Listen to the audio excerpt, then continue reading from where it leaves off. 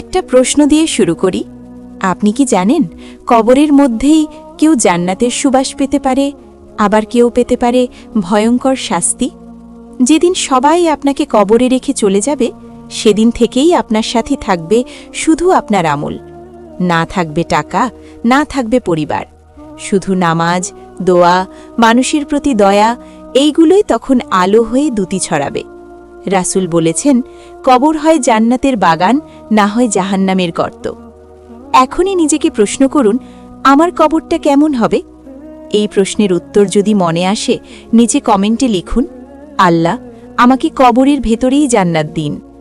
একটা ছোট আমল, একটা আন্তরিক তওবা আজই আপনার কবরকে জান্নাতের বাগান বানাতে পারে।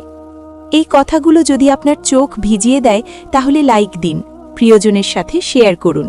আর এমন আরও ঈমান জাগানো কথা পেতে এখনই চ্যানেলটি সাবস্ক্রাইব করুন।